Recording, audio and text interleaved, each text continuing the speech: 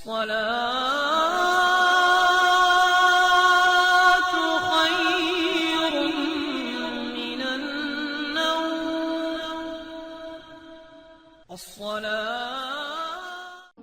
اعوذ باللہ من الشیطان الرجیم. بسم اللہ الرحمن الرحیم.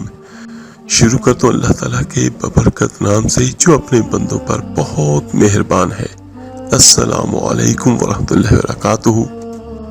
میرے عزیز بھائیو بہنوں اور بچوں، نظر بد کے بارے میں آپ کی خدمت میں کچھ باتیں پیش کروں گا. پہلی بات، میرے آقا کریم صلی اللہ علیہ وسلم کا فرمان ہے کہ نظر بد یہ برحق ہے، نظر لگ جاتی ہے.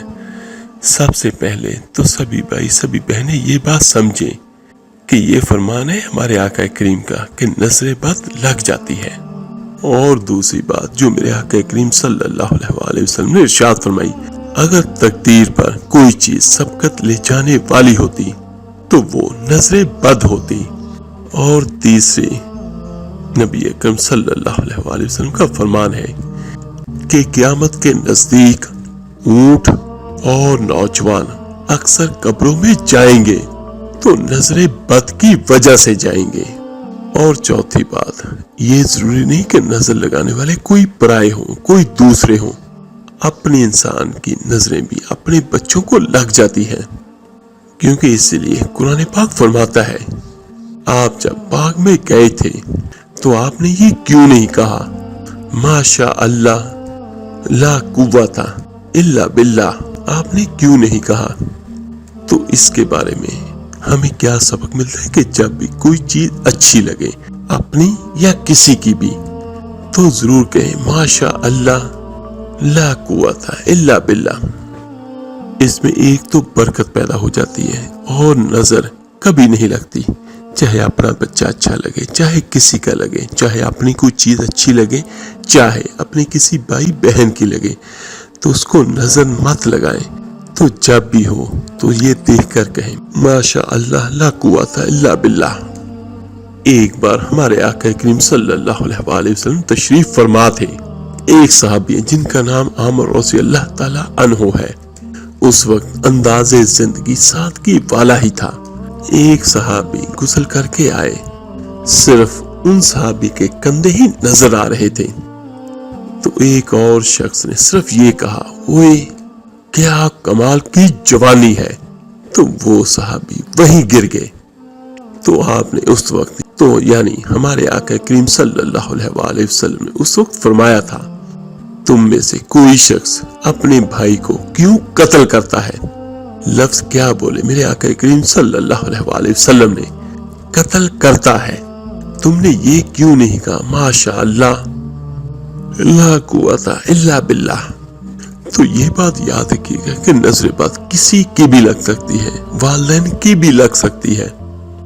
حضرت ابن عباس اور محمد بن کعب رضی اللہ تعالیٰ عنہ فرماتے ہیں کہ حضرت یعقوب علیہ السلام اپنے بیٹوں کو نظر لگنے سے خوفزدہ ہوئے تھے، کیونکہ ان کے بیٹے خوبصورت، خوش نظر، حلیے والے اور بہت خوش منظر تھے.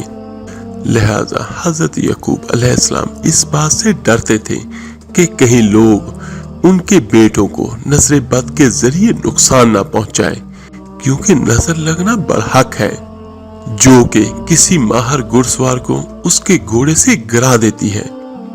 حضرت ام سلمہ رضی اللہ تعالیٰ عنہ سے روایت ہے کہ ایک دفعہ اللہ کے رسول صلی اللہ علیہ وسلم ان کے گھر تشریف لائے اور ان کے پاس ایک بچی بھی تھی جس کے چہرے پر پلاہٹ اور کمزوری تھی.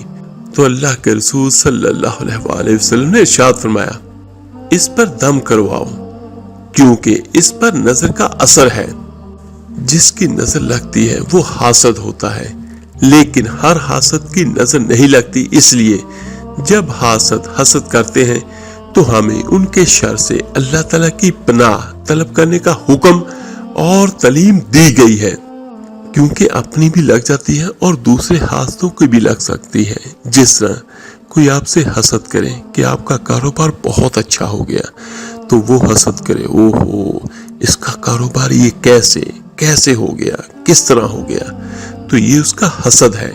اور ایک بات یاد رکھیے گا کہ بڑوں کی نسبت بچوں پر نظر بد کا اثر جلدی ہوتا ہے، کیونکہ ان کی امیونٹی کم ہوتی ہے۔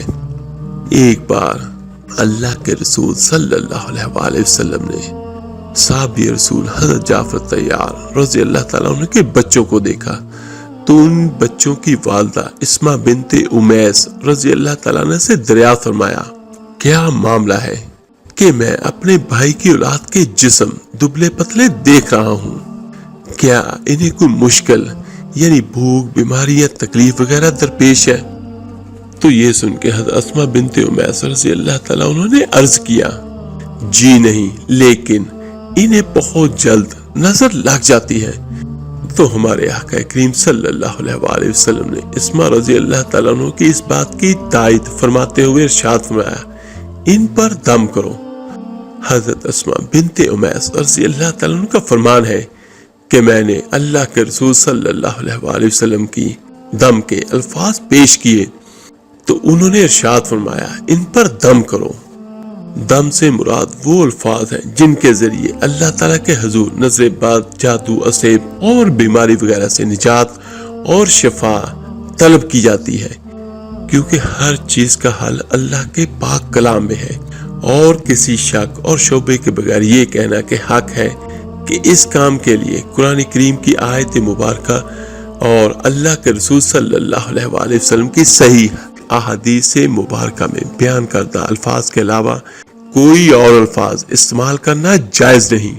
تو یہاں پر آپ کو میں تھوڑی سی نظر بد کی پہچان بھی بیان کرتا ہوں کہ نظر بد یا جادو یا عصیب کا اثر ہونے کی بہت سی علامات ہوتی ہیں۔ کچھ علامات تو ایسی ہوتی ہیں جن کے ظاہر ہونے کی صورت میں مزید کسی جانچ کی ضرورت نہیں ہوتی، اور کچھ علامات ایسی ہوتی ہیں جن کا سبب کوئی جسمانی یا نفسیاتی بیماری یا غیر معمولی رویہ بھی ہو سکتا ہے۔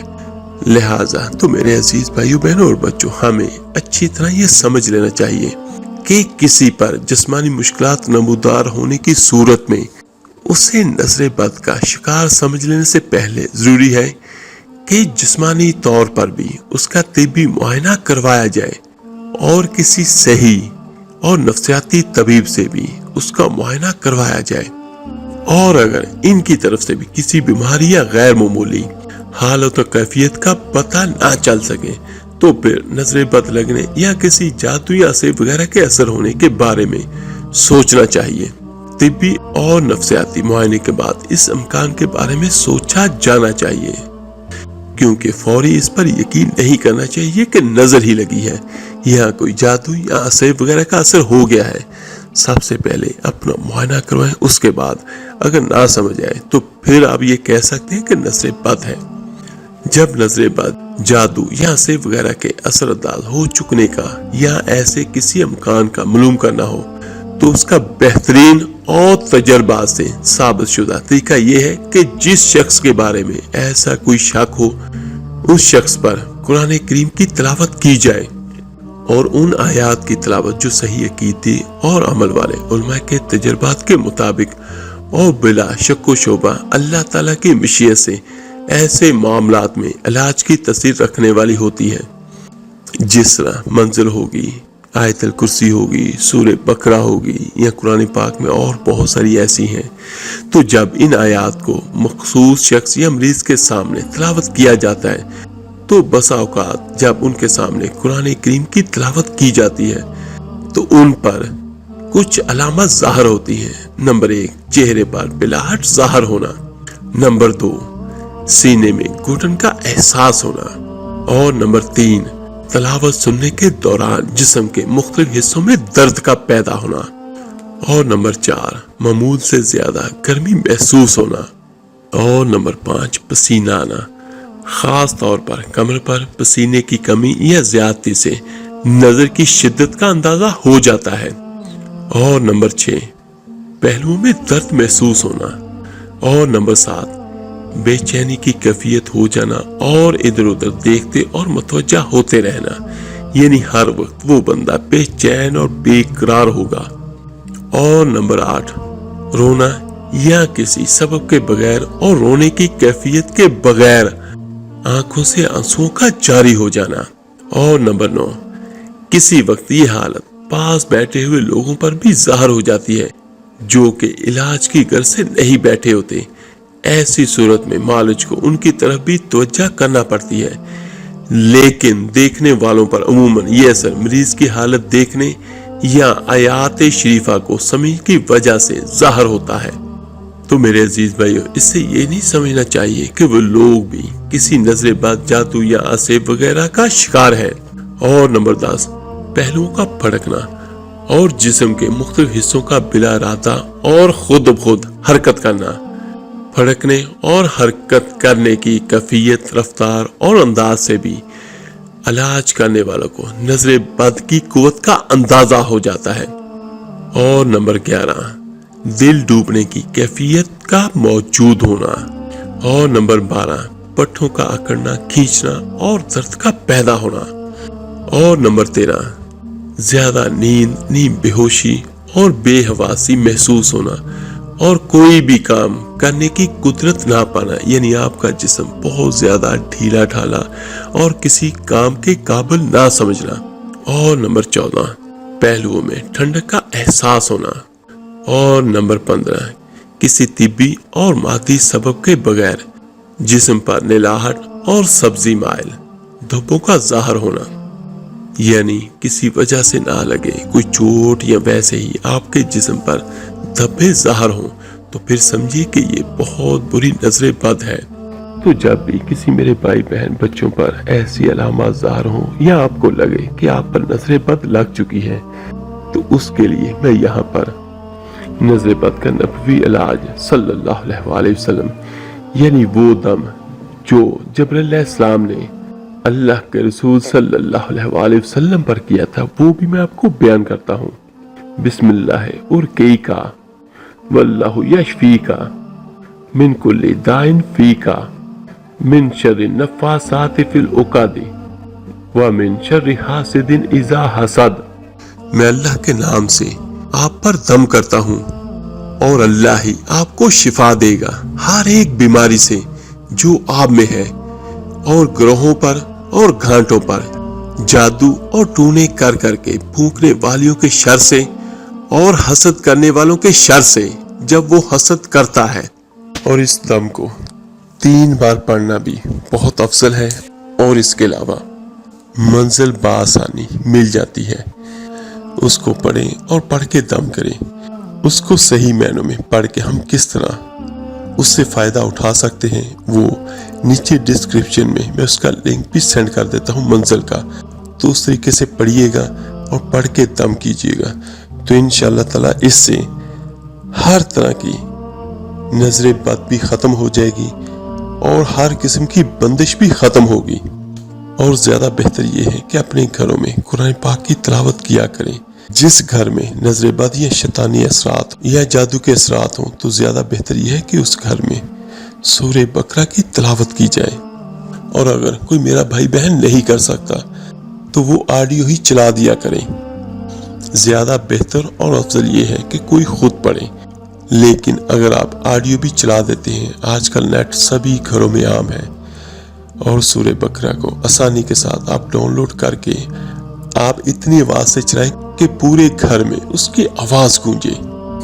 اللہ کے کلام میں اور اللہ کے نام میں اتنی طاقت ہے کہ ہر طرح کی بری چیز بھاگ جائے گی یا جل جائے گی اور ہمیں اس سے نجات مل جائے گی۔ تو ہر میرا بھائی بہن یہ کوشش کیا کرے کہ ان دعاؤں کا اہتمام کرے، ان اذکار کا اہتمام کرے، ان قرآنی آیات کا اہتمام کرے جو نظر بد، جادو سے اور عصب سے بچانے کے لیے بہت کارآمد ہیں۔ کیونکہ جس طرح میں آپ کو حدیث مبارکہ سنا چکا ہوں کہ قیامت کے نزدیک اونٹ اور نوجوان بہت سارے نظر بد کی وجہ سے قبروں میں جائیں گے، یعنی موت کا شکار ہوں گے۔ اور دوسرا جو سنت طریقہ میں نے آپ کو بیان کیا وہ بھی ضرور ذہن میں رکھیں کہ جب بھی کسی اپنے کو دیکھیں، کوئی اچھی چیز دیکھیں تو ماشاءاللہ کہہ دیا کریں، اور کچھ بھی نہ کہنا ہے، ماشاءاللہ، انشاءاللہ، شکر الحمدللہ، ماشاءاللہ، انشاءاللہ، شکر الحمدللہ۔ ان الفاظ کو اپنی زندگی کا حصہ بنائیں ان الفاظ سے اللہ تعالیٰ کی رحمتیں ہوتی ہیں۔ اور 5 وقت کی نماز پڑھیں، اللہ سے دعا کیا کریں، اپنے لیے بھی اور اپنے بچوں کی حفاظت کے لیے بھی۔ اللہ تعالیٰ سے دعا ہے، اللہ تعالیٰ سبھی بھائیوں سبھی بہنوں کو ہر بری چیز کے شر سے ہمیشہ ہمیشہ بچائے۔ آمین ثم آمین۔ آپ میرے لیے دعا کیجیے گا، میں آپ سب کے لیے ضرور دعا کروں گا۔ اس ویڈیو کو لائک اور شیئر ضرور کیجیے گا، صدقہ جاریہ سمجھ کر۔ آپ کے ایک شیئر کرنے سے جو کوئی اللہ کا نام اللہ کا کلام پڑھے گا سنے گا، اس کا اجر اس کا ثواب آپ کو اور مجھے ہم سب کو ملے گا۔ تو ملتے ہیں انشاءاللہ تعالی جلدی ایک نئی ویڈیو اور عمل کے ساتھ۔ اپنا بہت بہت خیال رکھیے گا۔ اللہ حافظ۔